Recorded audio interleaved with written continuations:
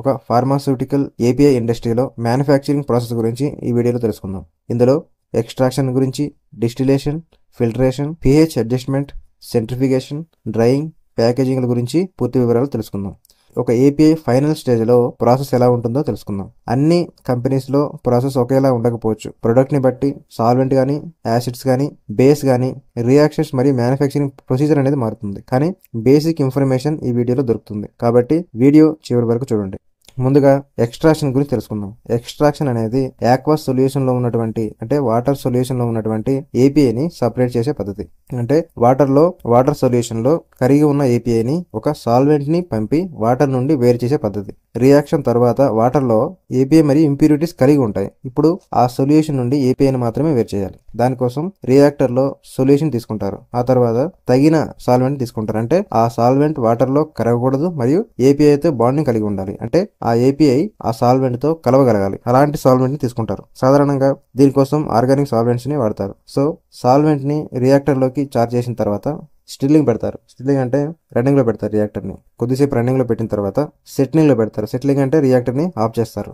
Of చేసి కొద్దిసేపు వదిలేస్తారు. తర్వాత ఆ సొల్యూషన్ ఏదైతే ఉందో ఆ సొల్యూషన్ 2 లేయర్స్ గా విడిపోతుంది, సపరేట్ అవుతుంది. ఒకటి ఆక్వస్ లేయర్ గా, రెండవది సాల్వెంట్ లేయర్ గా విడిపోతుంది. ఈ సాల్వెంట్ లో ఏపీఐ అనేది ఉంటుంది. ఆక్వస్ లేయర్ లో వాటర్ మరియు ఇంప్యూరిటీస్ మరియు అన్రియాక్టెడ్ మెటీరియల్స్ అనేవి ఉంటాయి. అప్పుడు వాటర్ మరియు సాల్వెంట్ యొక్క డెన్సిటీని బట్టి కిందకి రావడం లేదా పైకి వెళ్ళడం అనేది జరుగుతుంది. ఒకవేళ సాల్వెంట్ డెన్సిటీ ఎక్కువ ఉంటే సాల్వెంట్ అనేది కిందకు వస్తుంది. దీనిని బాటమ్ వాల్ ఓపెన్ చేసి సాల్వెంట్ లేయర్ ని సపరేట్ చేస్తారు. లేదా వాటర్ డెన్సిటీ ఎక్కువ ఉంటే వాటర్ అనేది కిందకి వస్తుంది. అంటే ఆక్వాస్ లేయర్ ని బాటమ్ ద్వారా సపరేట్ చేస్తారు.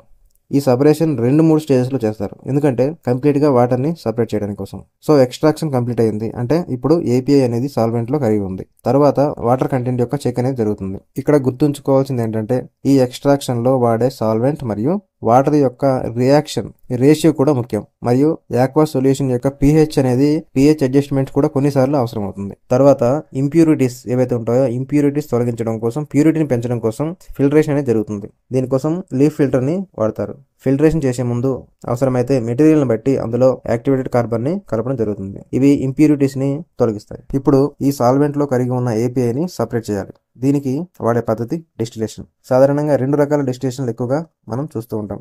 వాక్యూమ్ డిస్టిలేషన్ మరియు స్టీమ్ డిస్టిలేషన్. ఈ సాల్వెంట్ నుండి ఏపీఐని వేరు చేయాలి. సో ఈ రియాక్టర్ లో ఉన్న మిక్చర్ స్టిల్లింగ్ లో పెడతారు. ఈ సాల్వెంట్ యొక్క బాయిలింగ్ పాయింట్ ఆధారంగా డిస్టిలేషన్ అనేది జరుగుతుంది. బాయిలింగ్ పాయింట్ ఎక్కువగా ఉంటే వాక్యూమ్ తో పాటు స్టీమ్ ను కూడా రియాక్టర్ కి ఇస్తారు. సాల్వెంట్ యొక్క బాయిలింగ్ పాయింట్ ఆధారంగా టెంపరేచర్ మెయింటైన్ చేస్తారు. రియాక్టర్ కి వేపర్ కాలమ్ మరియు కండెన్సర్స్ మరియు రిసీవర్స్ అనేవి ఉంటాయి. ఎప్పుడైతే సాల్వెంట్ బాయిలింగ్ పాయింట్ దగ్గరగా టెంపరేచర్ వస్తుందో సాల్వెంట్ అనేది ఆవిరి రూపంలో మారుతుంది. ఆవిరి రూపంలో మారిన సాల్వెంట్ వేపర్ కాలమ్ గుండా కండెన్సర్ లోకి వెళ్తుంది. కండెన్సర్ లో కూలింగ్ వలన మళ్ళీ లిక్విడ్ స్టేట్ లోకి మారి రిసీవర్ లో కలెక్ట్ అవుతుంది. వాక్యూమ్ అనేది ఎలా అప్లై చేస్తారంటే వాక్యూమ్ పంప్ అనేది రిసీవర్ కి కలపబడి ఉంటుంది. రిసీవర్ అనేది కండెన్సర్ కి కలపబడి ఉంటుంది. కండెన్సర్ అనేది వేపర్ లైన్ కి కలపబడి ఉంటుంది. వేపర్ లైన్ అనేది రియాక్టర్ కలపబడి ఉంటుంది. పంప్ ఆన్ చేయడం ద్వారా రియాక్టర్ కి వాక్యూమ్ అప్లై చేయబడుతుంది. వాక్యూమ్ అనేది డిస్టిలేషన్ ని స్పీడప్ చేస్తుంది, అంటే వేగవంతం చేస్తుంది. సో ఈ డిస్టిలేషన్ పూర్తిగా సాల్వెంట్ తొలగించే వరకు కంటిన్యూ అవుతుంది. టెంపరేచర్ మానిటరింగ్ చేస్తూ ప్రాసెస్ అనేది కంటిన్యూ అవుతుంది. ఈ కలెక్షన్ మొత్తం అయిన తర్వాత క్రూడ్ ని అస్సే టెస్ట్ కి పంపిస్తారు. అంటే ఎంత ఏపీఐ కాన్సన్ట్రేషన్ ఉంది అనేది తెలుపుతుంది. తర్వాత ఈ క్రూడ్ ని GLR కి పంపి అక్కడ సూటబుల్ సాల్వెంట్ ని కలిపి pH అడ్జస్ట్మెంట్ చేస్తారు. ఈ బేస్ ఫామ్ లో ఉన్నటువంటి సొల్యూషన్ కి యాసిడ్ గానీ గ్యాస్ పాసింగ్ అడిషన్ పెట్టి pH అడ్జస్ట్మెంట్ చేస్తారు. ఈ pH అనేది సుమారు 5 to 6 మధ్యలో సాధారణంగా ఉంటుంది. ప్రొడక్ట్ ని బట్టి మారుతూ ఉంటాయి. అడిషన్ మధ్యలో pH పేపర్ తో చెక్ చేస్తూ నిర్ణయించిన pH వచ్చాక QC కి pH టెస్ట్ కి పంపిస్తారు. ఈ యాసిడ్ అడిషన్ లో టెంపరేచర్ అనేది పెరుగుతూ ఉంటుంది. దీన్ని ఎగ్జోథర్మిక్ రియాక్షన్ అంటారు. అందుకు ప్రాపర్ కూలింగ్ వచ్చాకే pH అడిషన్ చేస్తారు. అలాగే కంటిన్యూస్ గా రియాక్టర్ జాకెట్ కి కూలింగ్ అనేది ఇస్తారు. ఈ దశలో మెటీరియల్ ఫార్మేషన్ అనేది జరుగుతుంది. ఈ ఫార్మేషన్ జరిగాక ప్రాపర్ కూలింగ్ వచ్చాక సెంట్రిఫికేషన్ ప్రాసెస్ అనేది స్టార్ట్ అవుతుంది. ఈ ప్రాసెస్ లో రియాక్టర్ యొక్క బాటమ్ నుండి నేరుగా సెంట్రిఫ్యూజ్ కి లైన్ ఉంటుంది. సెంట్రిఫ్యూజ్ లో ఫిల్టర్ క్లాత్ అనేది ఉంటుంది. ముందుగా సెంట్రిఫ్యూజ్ ని లో RPM లో రన్ చేస్తారు. రియాక్టర్ యొక్క బాటమ్ వాల్ ఓపెన్ చేసి చార్జ్ చేస్తారు. వాల్వ్ ని కంట్రోల్ చేస్తూ RPM ని పెంచుతూ ఉంటారు. దీని వలన ఎంఎల్స్ అంటే మదర్ లిక్కర్ అనేది సెంట్రిఫ్యూజ్ బాటమ్ నుండి కలెక్షన్ టబ్ లోకి వెళ్తుంది. ఏపీఐ అనేది ఫిల్టర్ బ్యాగ్ కి ఉండిపోతుంది. ఈ విధంగా సెంట్రిఫ్యూజ్ ఫుల్ అయ్యే వరకు చార్జ్ చేస్తారు. సెంట్రిఫ్యూజ్ ఫుల్ అయ్యాక స్పిన్నింగ్ లో కొద్దిసేపు పెట్టి మళ్ళీ RPM తగ్గించి సాల్వెంట్ వాషింగ్ ఇస్తారు. వాషింగ్ అయ్యాక నిర్ణయించిన టైం వరకు సెంట్రిఫ్యూజ్ ని స్పిన్నింగ్ లో పెడతారు. ఈ ప్రాసెస్ లో మెటీరియల్ ఫిల్టర్ అయ్యాక అన్లోడ్ చేస్తారు. ఈ అన్లోడింగ్ అనేది HDPE బ్యాగ్ లో గానీ లేదా పౌడర్ సిస్టమ్స్ తో గానీ అన్లోడ్ చేసి డైరెక్ట్ గా RCVD లోకి చార్జ్ చేస్తారు. RCVD అంటే రోటోకోన్ వాక్యూమ్ డ్రైయర్. ఇందులో సెంట్రిఫ్యూజ్ చేసినటువంటి వెట్ మెటీరియల్ ఏవైతే ఉంటుందో, అంటే తడి మెటీరియల్ ఏదైతే ఉంటుందో దాన్ని చార్జ్ చేస్తారు. RCVD ని సాధారణంగా హీట్ సెన్సిటివ్ మెటీరియల్ ను డ్రై చేయడానికి ఉపయోగిస్తారు. డ్రై చేయడానికి మెటీరియల్ RCVD లో చార్జ్ చేశాక వాల్వ్ క్లోజ్ చేసి వాక్యూమ్ అప్లై చేస్తారు, రన్నింగ్ లో పెడతారు. అలాగే హాట్ వాటర్ సర్క్యులేషన్ లో ఉంచుతారు. RCVD సెటప్ ఎలా ఉంటుందంటే, RCVDకి ఇన్సైడ్ డస్ట్ కలెక్టర్ ఉంటుంది, దానికి కనెక్ట్ అయ్యి సైక్లోన్ సెపరేటర్ ఉంటుంది, దానికి కనెక్ట్ అయ్యి కండెన్సర్ ఉంటుంది, కండెన్సర్ కి కనెక్ట్ అయ్యి రిసీవర్ ఉంటుంది, రిసీవర్ కనెక్ట్ అయ్యి వాక్యూమ్ పంప్ అనేది ఉంటుంది. RCVDకి జాకెట్ ఉంటుంది, ఈ జాకెట్ కి కనెక్ట్ అయ్యి హాట్ వాటర్ పంప్ ఉంటుంది, అలాగే కూలింగ్ లైన్ కూడా ఉంటుంది. RCVD రన్నింగ్ లో ఉన్నప్పుడు వాక్యూమ్ మరియు హాట్ వాటర్ సర్క్యులేషన్ చేయడం ద్వారా లోపల ఉన్న వెట్ మెటీరియల్ లో ఉన్న రెసిడ్యువల్ సాల్వెంట్స్ ఏవైతే ఉంటాయో అవి ఆవిరి రూపంలో కండెన్సర్ లోకి వెళ్లి అక్కడ లిక్విడ్ ఫామ్ లోకి మారి రిసీవర్ లోకి కనెక్ట్ అవుతాయి. మెటీరియల్ అనేది డ్రై అవుతున్న కొద్దీ వాక్యూమ్ అనేది పెరుగుతూ ఉంటుంది మరియు వ్యూ గ్లాస్ లో పూర్తిగా కలెక్షన్ ఆగిపోయింది అని నిర్ధారించుకున్న తర్వాత డిశ్చార్జ్ పాయింట్ కి క్యాడ్కమ్ వాల్ రిప్లేస్ చేసి క్యాడ్కమ్ వాల్ ద్వారా మెటీరియల్ ని షిఫ్టర్ ద్వారా సీవింగ్ చేసుకుని, అంటే జల్లెడ పట్టి కంటైనర్స్ లోకి అన్లోడ్ చేస్తారు. ఈ కంటైనర్స్ ఫైబర్ గానీ HDPE కంటైనర్స్ అయినా అవ్వచ్చు. అన్లోడింగ్ ముందే కంటైనర్స్ యొక్క టేర్ వెయిట్స్ అనేవి వేస్తారు.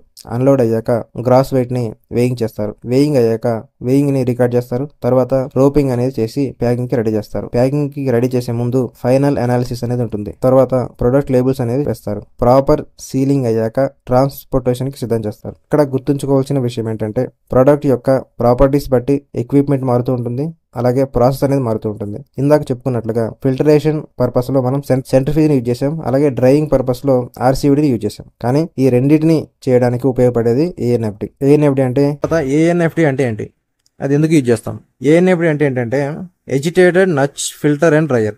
ఫార్మాస్యూటికల్ కంపెనీలో చాలా యూస్ఫుల్ ఎక్విప్మెంట్ ఇది. దీనిని ఉపయోగించి ఫిల్టరేషన్ మరియు డ్రైయింగ్ రెండు కూడా చేయొచ్చు. ఇంతకుముందు చెప్పుకున్నట్లుగా సెంట్రిఫ్యూజ్ లో ఓన్లీ ఫిల్టరేషన్ మాత్రమే చేస్తాం, అలాగే RCVD లో డ్రైయింగ్ మాత్రమే చేస్తాం. కానీ ANFD లో ఈ రెండింటిని కూడా చేసే వీలుంటుంది. ANFD లో ఫిల్టరేషన్ మరియు డ్రైయింగ్ రెండు పెట్టవచ్చు. మొదటగా ఇందులో ఎజిటేటర్ అనేది ఉంటుంది.